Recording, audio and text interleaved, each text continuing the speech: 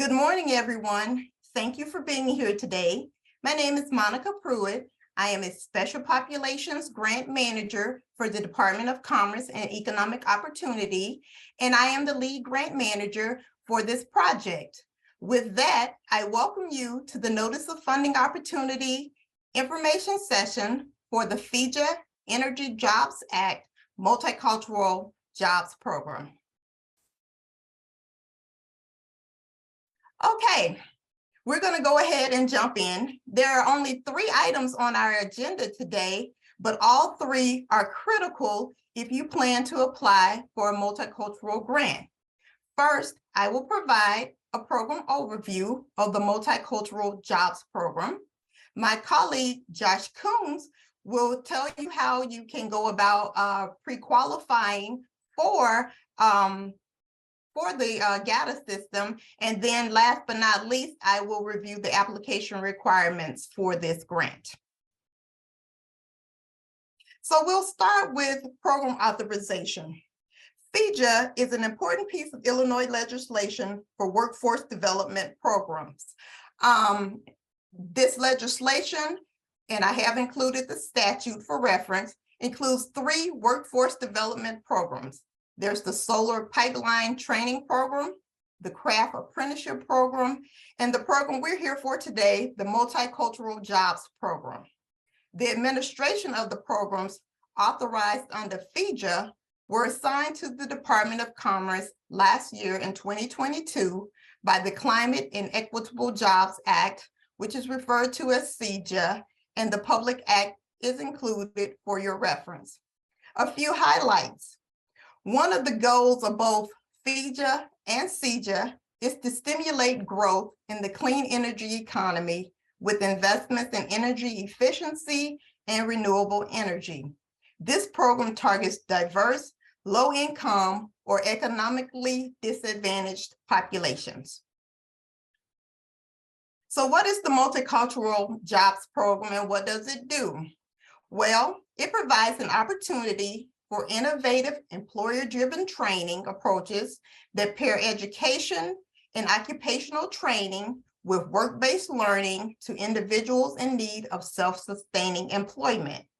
It assists in the development of a workforce with requisite knowledge, skills, training, experience, and competence to work in the clean energy sector.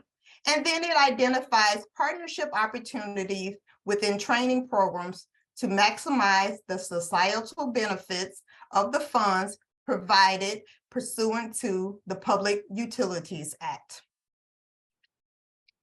Okay, there are 5 program elements that should be taken into consideration as you prepare your application for this grant opportunity.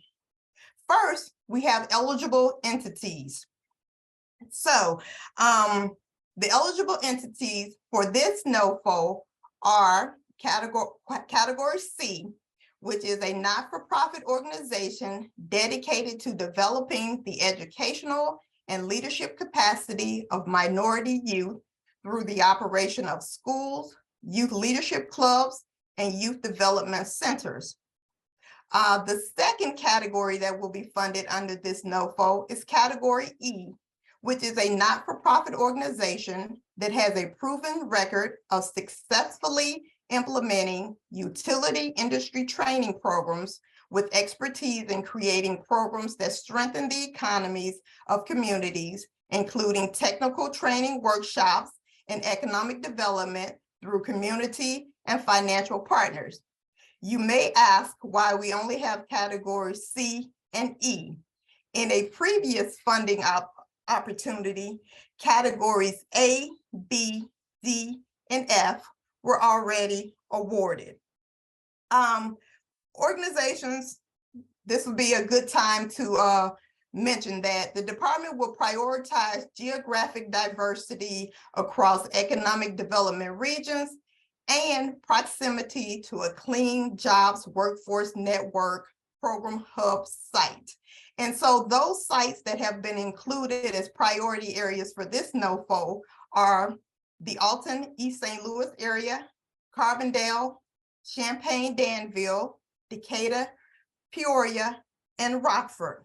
However, I would like to make it clear that any organization that fits into Category C or Category E is eligible and is encouraged to apply, regardless of their location. But again, there are some priority funding areas, and to just make it simple, if organization in Category C were from the Chicagoland area and they scored 98 points, while a organization in Decatur scored 95 points in that same category, it is likely that because Decatur is a priority area, that they would be funded as long as they still meet all of the eligibility requirements. So I hope that is clear, and that organizations in the Chicago area are both welcome and encouraged to apply.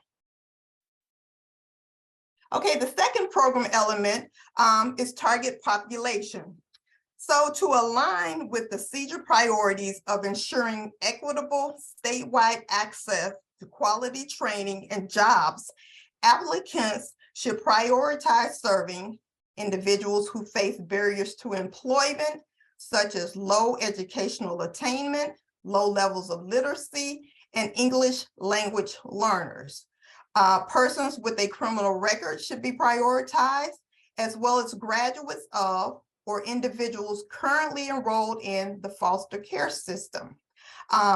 We should prioritize individuals from environmental justice communities, as well as displaced energy workers.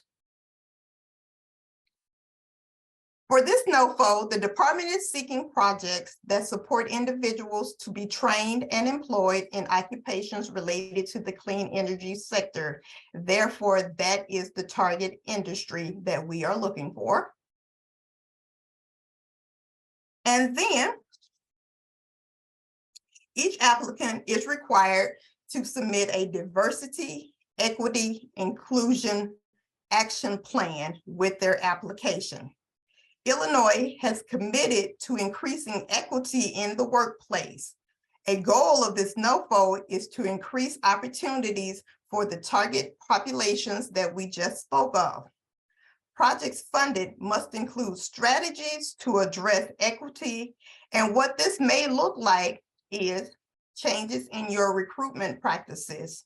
It will include intentional and inclusive marketing, including using images of women and people of color in your advertisements, addressing discrimination within programs and at workplaces, and then offering supports that boost retention and completion, such as childcare, transportation, and career counseling. Program partners are critical to the multicultural jobs program.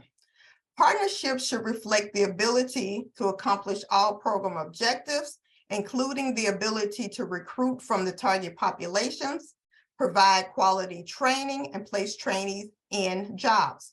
Written agreements must be provided with the application. Those agreements must clearly outline the roles and responsibilities of each partner and list their funding contribution if there's any. And partnership agreements should include details regarding the training program, including length, location, class size, cost, and other important information. There are 8 program services that should be included as a part of an application for the FEJA Multicultural Jobs Program. Projects funded under this NOFO will provide equitable access to quality training, jobs, and economic opportunities in the career pathway energy sector. They should be offered in a manner to allow participants the latitude and flexibility to participate and succeed in establishing a family-sustaining career. And those program services go from outreach and recruitment all the way through follow-up after the completion of training. Outreach and recruitment. Applicants must include an outreach and a recruitment strategy for how they will enroll participants. The strategy should be tailored to the target population. That includes in the use of social media and distributing flyers and other advertisements in public places such as churches, beauty shops, barbershops, and restaurants. In essence, you go where you can find the target population. Outreach and recruitment through established and expanded partners, employer industry organizations, social service agencies, and others is also critical. So in planning your partnership agreements, your partners should be on board and able to assist you in both outreach and recruitment. Employer engagement. Employees should have a leadership role in developing and supporting energy career pathway programs that integrate work-based learning opportunities through experience. Competitive projects will demonstrate business commitment and demonstrate the strategies used to engage area employers. And this may include leveraging connections with local workforce innovation boards, chambers of commerce, and other networks to identify employers in need of a skilled workforce. Career planning. Career planning is a collaborative and ongoing process. This is not a one-time thing. Comprehensive assessments should be used to help participants identify existing skills, identify those that require additional training, connect partnerships to services through referrals, and develop an employment plan. So some areas that will need to be assessed include employment goals, interest and skills inventory, essential employability skills, basic skills deficiency, and digital and financial literacy. Participants of your training program should also have an individual employment plan or an IEP. This identifies employment and education goals as part of a career pathway. It is developed with the participant to mutually establish goals and to determine the appropriate combination of services for the participant to reach those goals. Training. Training services are critical to the employment success of many individuals. Programs that are funded through this NOFO must lead to industry recognized credentials or post-secondary credentials and align with the participant's choice for a career pathway. The training identified must be consistent with the comprehensive assessment and the individual employment plan that we just spoke of. And some examples of training may include occupational skills training, training for non-traditional employment, skill upgrading and retraining, entrepreneurial training, job readiness training, and adult education and literacy activities. Work-based learning and work-based training should also be considered as you are preparing your application. Work-based learning provides more opportunities for workers to earn income while they're also gaining critical job skills. The following work-based learning services are allowed under this grant, and that those include pre-apprenticeships, apprenticeships, work experiences, or internships. Also for youth, work experiences may also include transitional jobs, on-the-job training, customized training, and incumbent worker training. We're almost there. Supportive services. Supportive services provide participants with key assistance beyond career and training services necessary to achieve success. Some examples of supportive services may include referrals to community services and assistance with things such as transportation, child care and dependent care, housing, educational testing, assistance with uniforms and work-related tools, and payments for employment and training-related tests. If your organization plans to provide supportive services, your application must include your supportive service policy. And finally, placement and follow-up. So local efforts will be used for placement services. This may include working with the Illinois Department of Employment Security and networking and outreaching with local employers on their anticipated employment need. Then follow-up services after training completion is encouraged as it is appropriate for adult and youth participants in workforce activities who are placed in unsubsidized employment. And that may look like career counseling, mentoring, providing some additional transportation and things such as that at the follow-up of the program. Okay, so while all of those different and various things are taking place, the grantee will be asked to record and keep track of program outcomes that are being accomplished. And this list is not all inclusive, but it may include the number of individuals enrolled in your training program, how many individuals completed the program, how many obtained credentials and were placed in post-secondary education.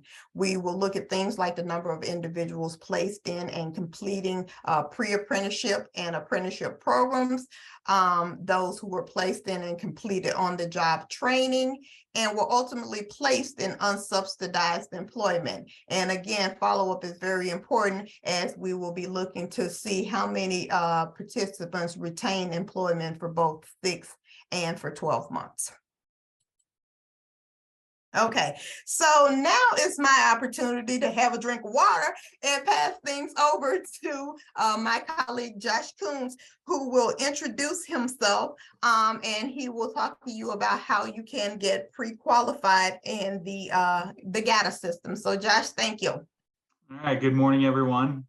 Thank you, Monica. As Monica said, my name is Josh Coons. I'm also a grant manager here at the Office of Employment and Training. I'm also, as a second additional duty, is a fiscal liaison for our office. So that's kind of the hat I'll be wearing under this presentation. So we'll go ahead and get started here. So if you all are interested in applying for this notice of funding, these are some steps that have to take place before you were to do so. So to start here at this slide, it's talking about the Grant Accountability and Transparency Act. So a lot of the requirements that I'll be talking about today fall under that law.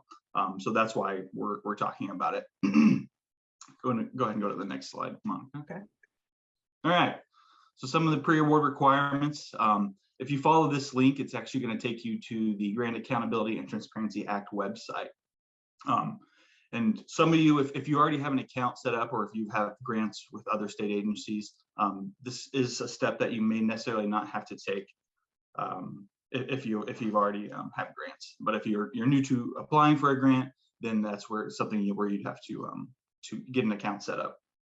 So when you follow that link, it takes you to the different steps that are going to be required, which is authentication, registration, pre-qualification. You'll complete a risk assessment, and then the last bullet point there is another risk assessment for your programmatic side, which we would send to you at a later date. You can go to the next slide, Monica.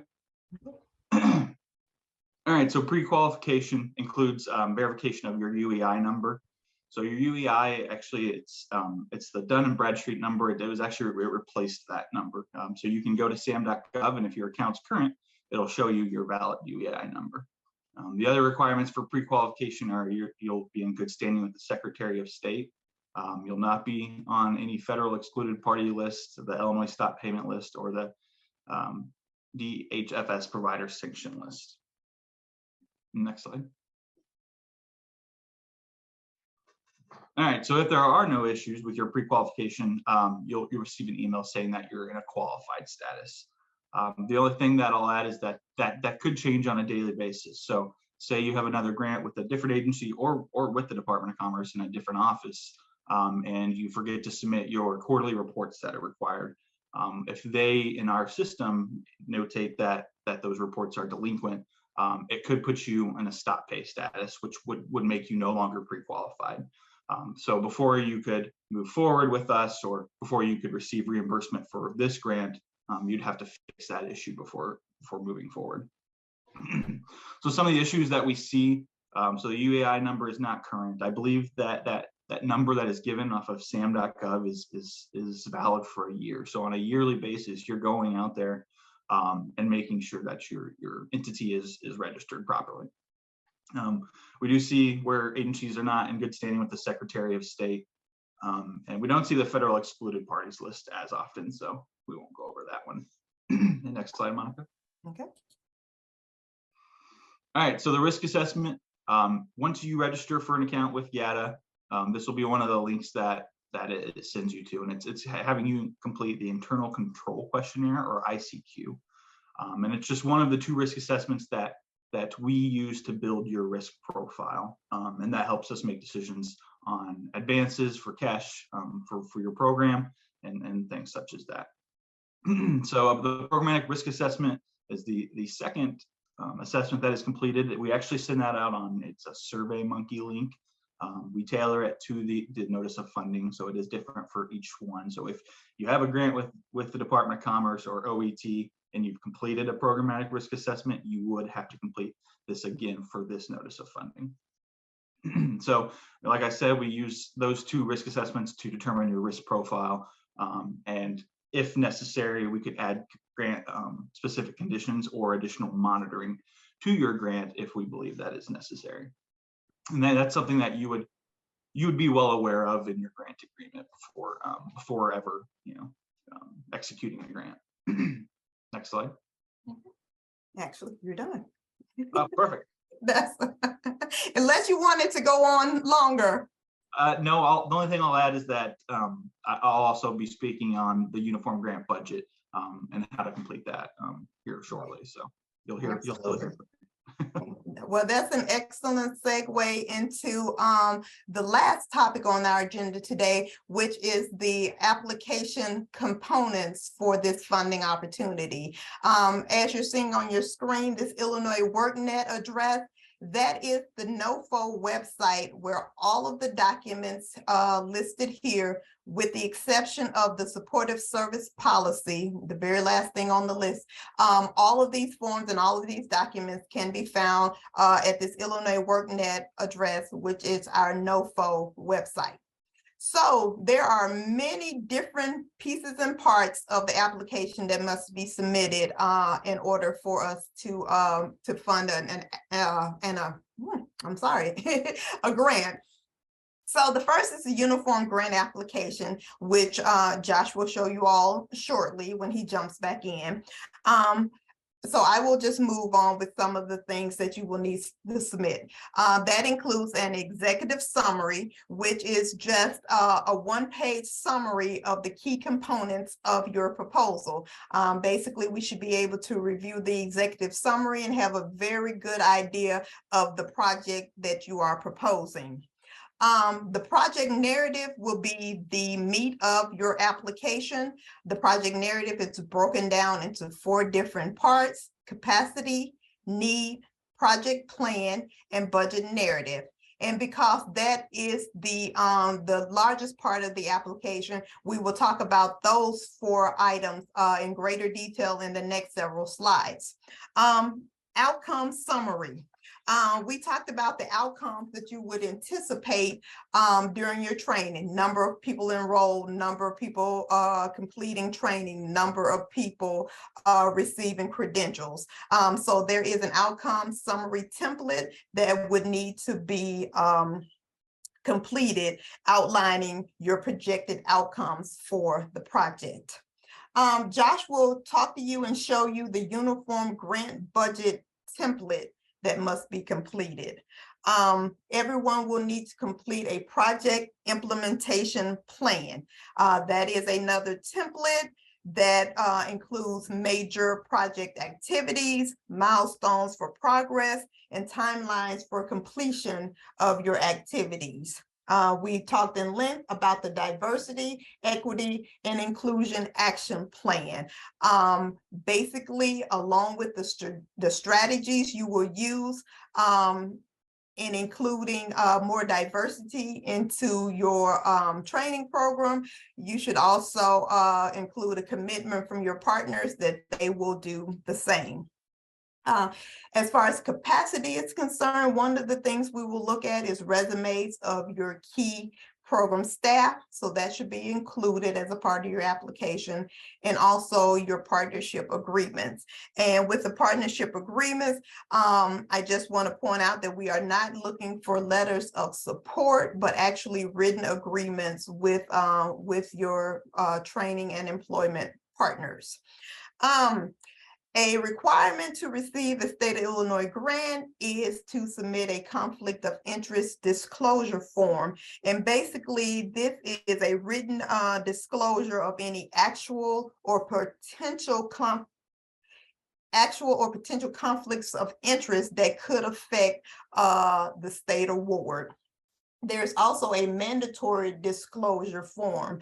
And on that form, you must disclose in writing all violations of state or federal criminal law involving fraud, bribery, or gratuity violations that could potentially affect the award. And then last, if your organization is interested in providing supportive services, your agency's supportive services policy would need to be included as a part of the application. Okay, so this is a visual of the review criteria that will be included as a part of the evaluations of your applications. Applicant capacity. First, I should say that this is a competitive process and that all applications will be scored on a 100-point scale. For capacity or applicant capacity, you will receive 20% or 20 total points for that section. Documentation of need, that is 30% or 30 total points. The quality of your project plan is 40% of the score. And then finally, the budget narrative is the final 10% of the score. So applicant capacity, this is your opportunity to describe your organization to us. Tell us who you are. What is your capacity to partner with employers in the target industry? This is an opportunity to describe your experience in running a successful training program and to describe any current or completed projects that you've done that are similar to what you are now proposing. And again, describe the qualifications of your key program staff and include those resumes that we spoke of earlier. Documentation of need. Describe the data used to identify the underrepresented populations to be served. Explain what is the issue or the problem you plan to address through your training program, and provide information regarding the environmental justice community that will be served if there is one. In this section, we ask you to provide any additional details to strengthen our understanding of the identified issues and problems, needs, and expansion opportunities. The quality of your project plan is the largest portion of the application. Here you will discuss the service delivery approach that will be used. You will discuss the training approach that will be used and identify credentials that will be received at the completion of training. Here, you can provide detailed information about the work-based learning activities that will be provided, and also list specific measurable objectives that will allow the project to meet the stated goals. And then there's your budget narrative. So for the budget narrative, we ask that you provide a high-level narrative which includes an analysis of the cost efficiency in relation to your planned outcomes and activities. As you are preparing your narrative, assess the reasonableness of costs based on the estimated number of participants and the length of your program. Later on, Josh is going to talk about the budget template, but in preparing your narrative, Please consider, does your budget narrative correlate with the information that is provided in the budget template? And then finally, describe the amount of matching funds that are being provided, if there are any. And at this point, Josh is going to jump back in. First, to give you a look at the uniform grant application that you will need to complete, and then we'll talk about preparing your budget and take a look at the budget template. All right, I'm going to go ahead and take control of the share screen. It might actually, okay. Yes. Yes, okay, perfect. Here we go. All right, can everyone see a letterhead that says the Department of Commerce? Mm-hmm. Perfect. All right, so this is just one of the many requirements that need to be submitted for the notice of funding opportunity.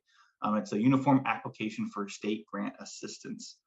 So you'll notice there's an agency section that is going to be completed for you all when you go to download this form off of WorkNet.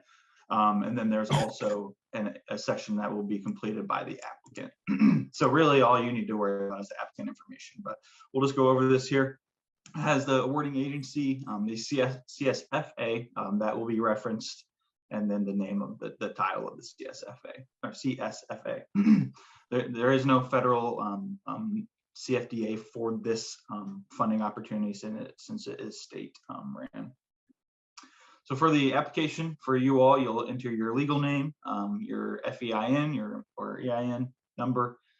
The DUNS number is optional since we don't actually use that information anymore. We use the SAM's unique entity identifier, which if you have one, then the other one you'll have as well on your SAM.gov account. Your business address, followed by a point of contact that we can reach for any program or project matters. And then contact information for a business or administrative office, someone we can contact for that.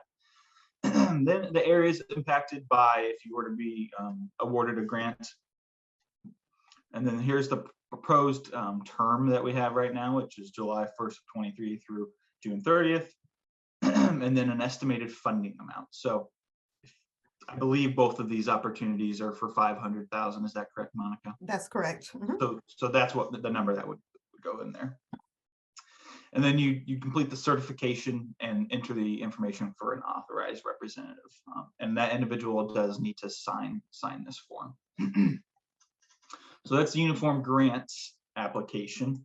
The other portion for the budget that you'll be completing is the uniform budget template. So there, as you can see here, there's some of you, I believe, that probably have seen this form or something close to it. And most of our uniform budgets are obviously uniform. So some of this will be the same. There will be minor changes that we change for each NOFO. But you'll see there's a lot of tabs here. But the thing that Monica would need when submitting this would be this actual template. So it has to be an Excel form. We've had individuals Adobe or PDF each one of these tabs and send it to us that way. That is not required. We just need this Excel document. With this Excel document, you'll also attach this certification. And all you'll input here is an individual. It doesn't even have to. You don't have to have both signatures. It can just be your director or a CEO of some sort that completes the certification page of this. So you will PDF this form and upload it with your Excel document. Josh, let me interrupt you just for a moment. Sure. Actually, for this grant, we do need the 2 signatures, one for your executive director or your CEO, and the other should be for your chief financial officer or an equivalent. So for this particular one, we do need two signatures. Perfect. Sorry about that. That's what the difference of different grant opportunities. I should have let Monica speak on that one. But. All right, so we're just going to go through each tab here, and what I've done is I kind of completed a budget as if I was a grantee, just so I can show you how this form works, because it can be tricky, as you'll notice. And if you guys have questions as you're completing this for the application, feel free to reach out to me. But it also doesn't have to be necessarily a perfect with no errors form, just because we're so early into this opportunity, we would be able to work out some of the kinks with the form. So really what's important is the budget categories, which we'll go over. So the first portion here is just a set of general instructions. It doesn't go into a lot of depth, but if you'd like to review this as you're going through here, we have this budget broken down into 3 sections: Section A, Section B, and Section C. So Section A is just an overview of the grants. Section B is for state matching funds. So what I mean by that is if you plan to tie this grant with another set of funding that you're receiving, or a different type of grant from another organization, that's where you'd input that information. And then Section C is going to be the larger portion, which are all these tabs down here that consist of all the budget lines that you'll enter. So I'm going to go over this as if I were a grantee completing this form. So just keep that in mind as I'm going through here. So this right here is an overview of the grants. So you'll input anything that's highlighted blue as an input cell. So you'll put the organization name here. Your UEI number will go in here. And this has already been completed for you, and you guys will not have a grant number up until the time you're awarded, which you would be given a grant number. So you'll see here the different budget categories that you're able to allocate funds to. And like I said, keep in mind the grant is for $500,000, so that's the number we'd want to see on this uniform budget. But you'll see here that it breaks down for each category, and each one of these budget expenditure categories has a tab over here. So as I input costs on these tabs, it filters into here. There's a formula that's doing that for me, and then it sums up down here. So really the only thing you're inputting is your organization name and UEI on this form. We're going to skip the indirect cost worksheet and save that for the end. That's just the easiest way to complete this form. So what we'll go into now is the actual budget category. So for example, personnel is your first one. And if you look in here, we also have the 2 CFR 200 noted in here. So if you had questions about what's allowable or anything along those lines, then you can reference that as well. But for the sake of this training opportunity, I entered in some bogus employees and entered salaries, and then I'm just showing here that I, as a grantee, are dedicating $122,000 to salaries. So you'll notice that there's a personnel tab and a fringe benefits tab. You're going to carry over the individuals that you have here to your fringe benefits. So you should have fringe benefits allocated for those individuals. So there shouldn't be a 5th person under fringe benefits or anything like that. And that brings me to a good point as well. If you need additional lines created under here, so say you need it for 6 employees instead of the 4 that we've created, you could reach out to Monica and with your budget template and request that more tabs be added or more lines be added, and accounting will take care of that for us. They have a lot of this form locked down since it's a uniform budget. So if you tried to enter something, you'll receive this error message. All right, so like I said, I carry over my 4 employees from the personnel tab over to the fringe benefits. The one thing I'll add is that on each one of these budget tabs, you're going to see a narrative here. We don't need a lot of detail, but we need to know the thought process behind the numbers. So for personnel, it's kind of, if you're, it's self-explanatory what you're getting at here on this one. But for your fringe benefits, for example, whatever you come out to be your rate for fringe benefits, we need to see that calculation. So if it's 13% FICA, 2%, essentially we just need to see that calculation as to how you got that 17%. So I've added those 4 employees to this tab, and then my personnel and fringe that's it for that. So I can move on to travel. Like I said, I've entered costs in here just to show you all. I won't go into depth about each one of these. I just wanted to complete a budget so that you all could see it. But I've entered a travel cost, which is around $900. I entered some equipment in here as well. And you're not going to always have each one of these tabs filled out. Say you all don't plan to hire any consultants, then the consultants tab would be blank, and you wouldn't allocate any part of your budget to that tab. So it's okay if it's blank. I have occupancy in here, so I'm paying for rent for the building that we are in. It's $3,500 per month, and that's for 12 months. So, like I said, you'll enter any costs that you have in these categories, and there is a description up here if you're confused what can and cannot be added to those tabs. I will go over this tab. It's the direct administration tab. So this is where you'd put individuals that necessarily don't work directly with the grant. For example, an accountant or a human resources or an assistant of some sort. If you're allocating some of their time to this grant, this is where you do that. There is a miscellaneous or others tab. I would just advise you that you are specific in your narrative down here. So if you have something that you don't believe can be allocated to another portion and it really does fall under miscellaneous costs, then just be specific when you're submitting your budget, and we can tell you, oh, hey, that actually would fall under your research and development or something along those lines, just so we know what you're trying to accomplish. Just a caveat I forgot to mention. So this Excel document, if you've downloaded a copy already off of Illinois WorkNet, I'll ask that you actually go back to WorkNet this afternoon and download a new copy of this document. Reason being, when I was completing this, I actually noticed an error that I have asked accounting to remove. So we're going to upload a new document later this afternoon once they fix that. It's one thing I didn't like is that for the occupational training here, they locked down this quantity, and all I can enter in is a cost. So I'm saying that if we have 25 individuals, see, and I can't input here, and it's each going to cost $2,500 each, so that we'd like to see that you plan to enroll 25 individuals in occupational training, and it's going to cost $2,500. I don't necessarily want to see just one cost of $75,000 there. So we've asked them to remove that lock. That should be ready available this afternoon. Same thing here with the work-based training tab.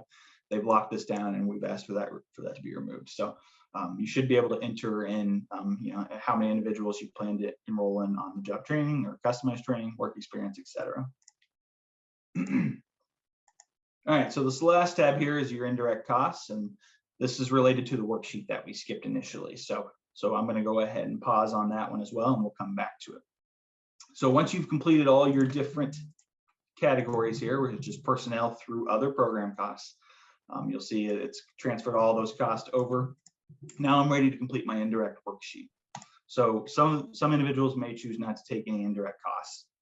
And if you're doing so, you're going to go to this ICI tab, which is indirect cost information.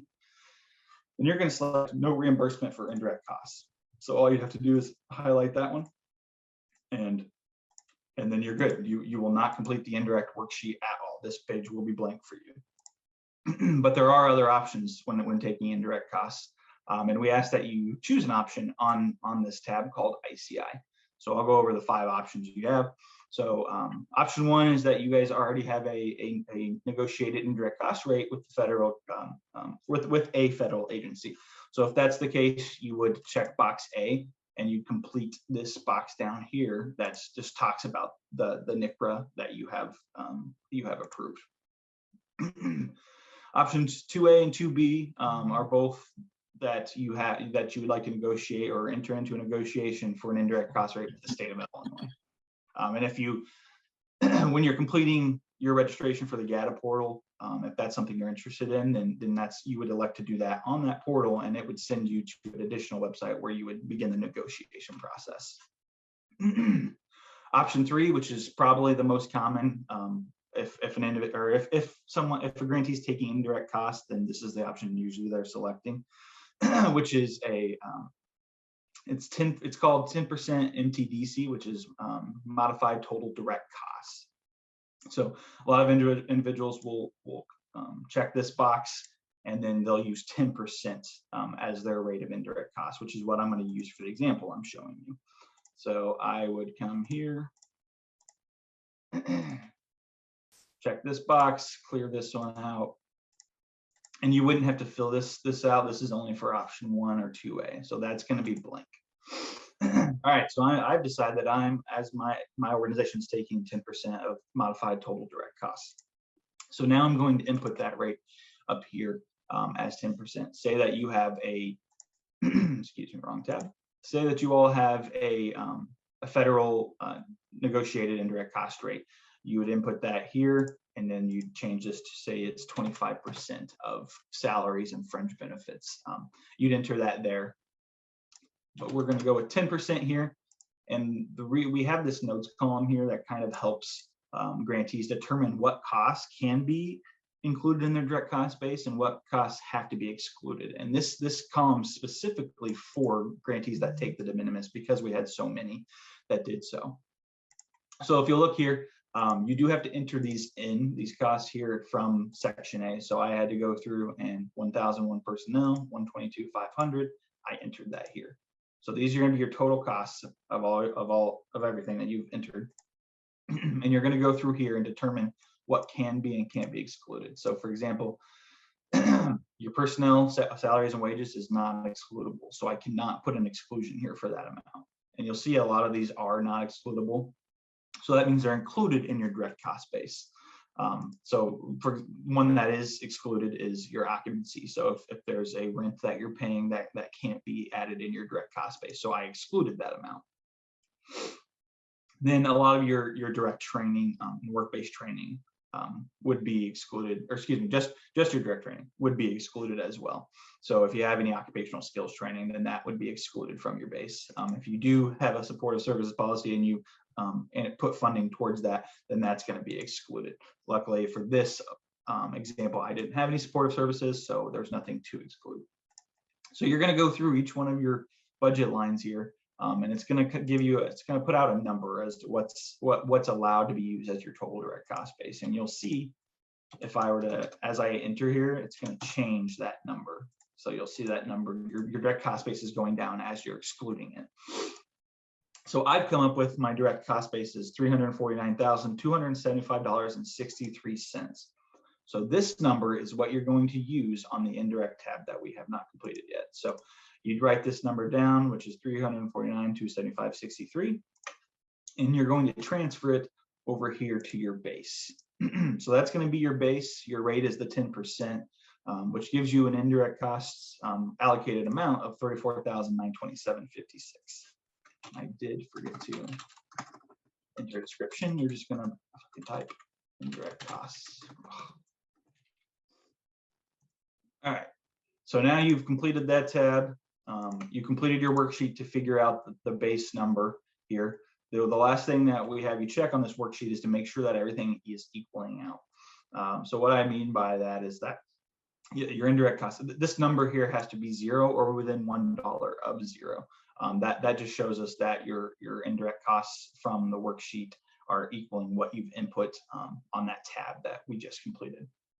So it should come out to 0 or close to 0. And you'll see this is another change that I've requested is this I can't type in here, but we'd like to see your 10% or the rate that you elect to be input here and the base to be transferred here as well. But you'll see that 34,000, once I completed this indirect cost tab, it associated itself with this form, which entered it into my budget. So you'll see that I'm at 500,000. One problem that I see grantees have is they can't get directly on the 500,000. So what I recommend is so for example, when I was filling this form out, I think I was 100 or 200 bucks over.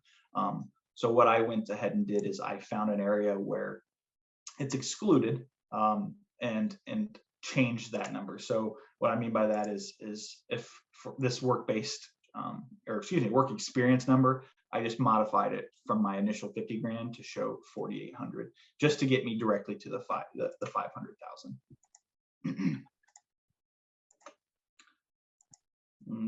The last two forms that we have here are tabs are the narrative. So this just shows what you plan to do with the funding that if you were awarded, which is showing here, and then the non-state total. And that's the form that we haven't gone over yet, which is section B of this form. So a lot of grantees don't have to do this. Most grantees don't have any other funding that they're leveraging with the grant fund, so they don't complete this portion. But if you did, how you would go about doing that is you'll notice that each one of these budget tabs has a non-state line. So if you are leveraging or complementing these grant funds with another grant, you could enter in those costs here. And I'll go ahead and enter one.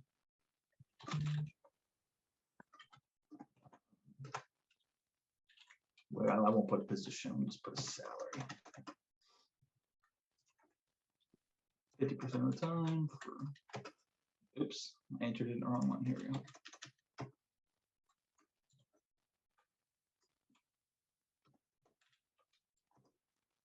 Okay. So you'll see it changes your personnel, but it's not going to change this number here. So your section A, which is what the grant funds are, is still the 122. So that stays the same, but it does change on section B here, your non-state. So like I said, if you have, I don't want to spend a lot of time because usually I don't see this very often, but if you do, or you do plan to do that, and you would like to annotate it on this grant budget, then get with me and I can help you complete the section B part of that form. All right, so like I said, and you'll see that 25 grand was entered here. So this is just an overall summary of all the funds that you've entered. And the last tab, you don't actually have to worry about. That is for state use. So that is the uniform budget. And it seems simple as I'm going through it here, but I guarantee you once you go into it and start typing in things, it's gonna start getting confusing really quickly. So feel free to reach out to me. I'm here as a resource for you all as you're completing this. And Monica, I'll hand it back over to you. Okay, thank you. All right, so I think I need to maybe reshare my screen. Let's see here.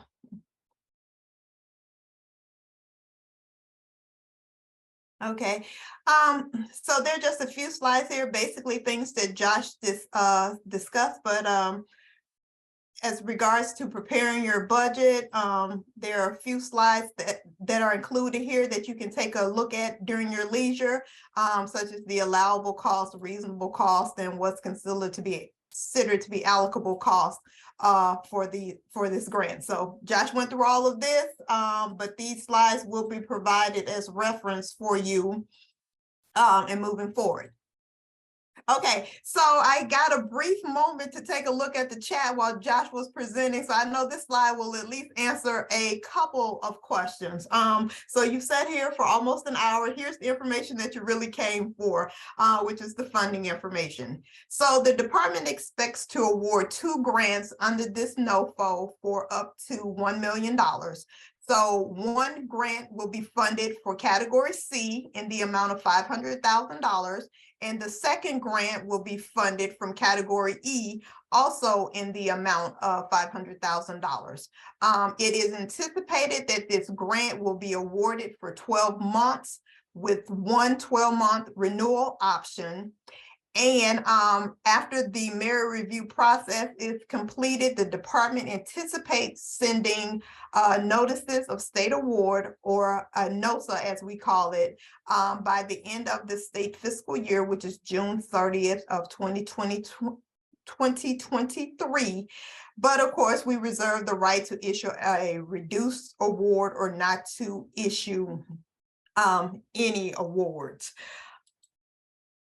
As far as the submission requirements are concerned, there's 4 bullet points here. I think this is fairly standard. We ask that you use an 8.5 by 11 inch page size in preparing your documents using a 11-point type. Tables may be presented using 10-point type. The budget narrative must be typed and single spaced with a 1-inch margin on all sides. And then the entire application must be page numbered, and handwritten page numbers are acceptable. The application will be submitted via electronic form. So this smart sheet link that is provided in the NOFO and also on the NOFO website is where you will actually submit your application and all of the different parts of the application. And then the application due date is 5:00 p.m. Central Time on April 23rd, 2023. And yes, April 23rd is a Sunday, but because these are submitted electronically, they will of course have a timestamp. So they will still need to be submitted in a timely manner by 5:00 p.m. Central Time on April 23rd, 2023. Okay. As I stated, I had a quick chance to take a look at the chat. There are just a couple of questions that were really quick that I can go ahead and answer. Some of the others are going to require just a little bit more time and attention. So Brittany, who's helping us out here today, is going to forward the chat to me, and then I'll have an opportunity to put together some answers to your questions, which will be included on the NOFO website as a frequently asked questions document. But while we're here, George asked about a Chicagoland NOFO, and just to give a little bit of background, around this time last year, a NOFO was posted for the FIJA Multicultural Jobs Program. The legislation allowed for 6 grant awards.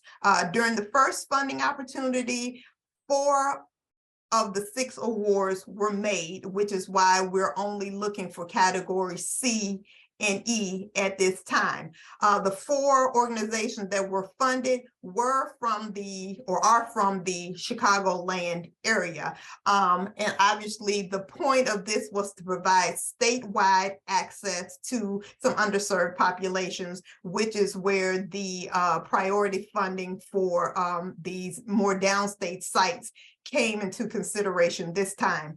As I stated at the beginning, as long as you fit the requirements of category C and category E, you are welcome and encouraged to apply for the grant. It's simply a matter of if, apples to apples and oranges to orange.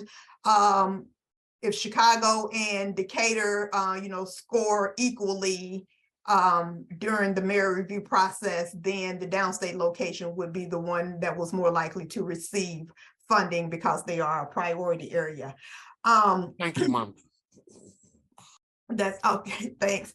Okay, Hugo asked a quick question regarding a case management system.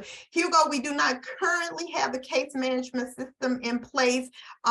It is on the very, very long list of things to come here at the department. So at this point, we are using a manual collection spreadsheet that is for the 4 organizations that I just spoke of who have already started their training programs.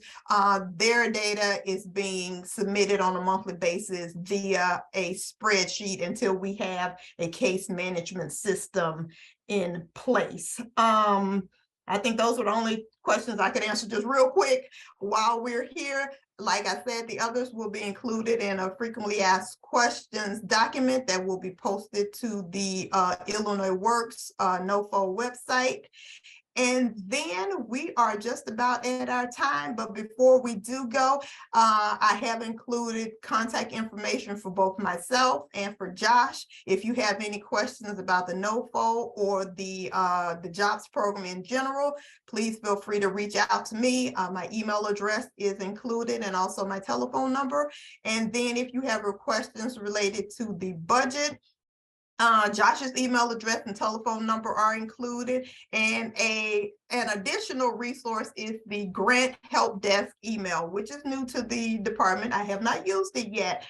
You are free to send an email to this email address, and my understanding is that the questions would be forwarded to me as the grant manager for this opportunity. Certainly you may feel feel free to use that email, but I am equally as comfortable with you just contacting me directly, and I will try to get your questions answered as best as I possibly can. With that, Josh, did you have anything additional to add before we go? I do not. All right. In that case, I'd like to thank Josh. I absolutely could not do it without him. As he said, the budget is quite complicated, and I don't know that I always understand it. So thank you, Josh, for your help. Brittany, thank you for providing technical assistance for us today. And to all the participants on this call, I thank you for your time. Please let us know if you have any questions. Thank you all.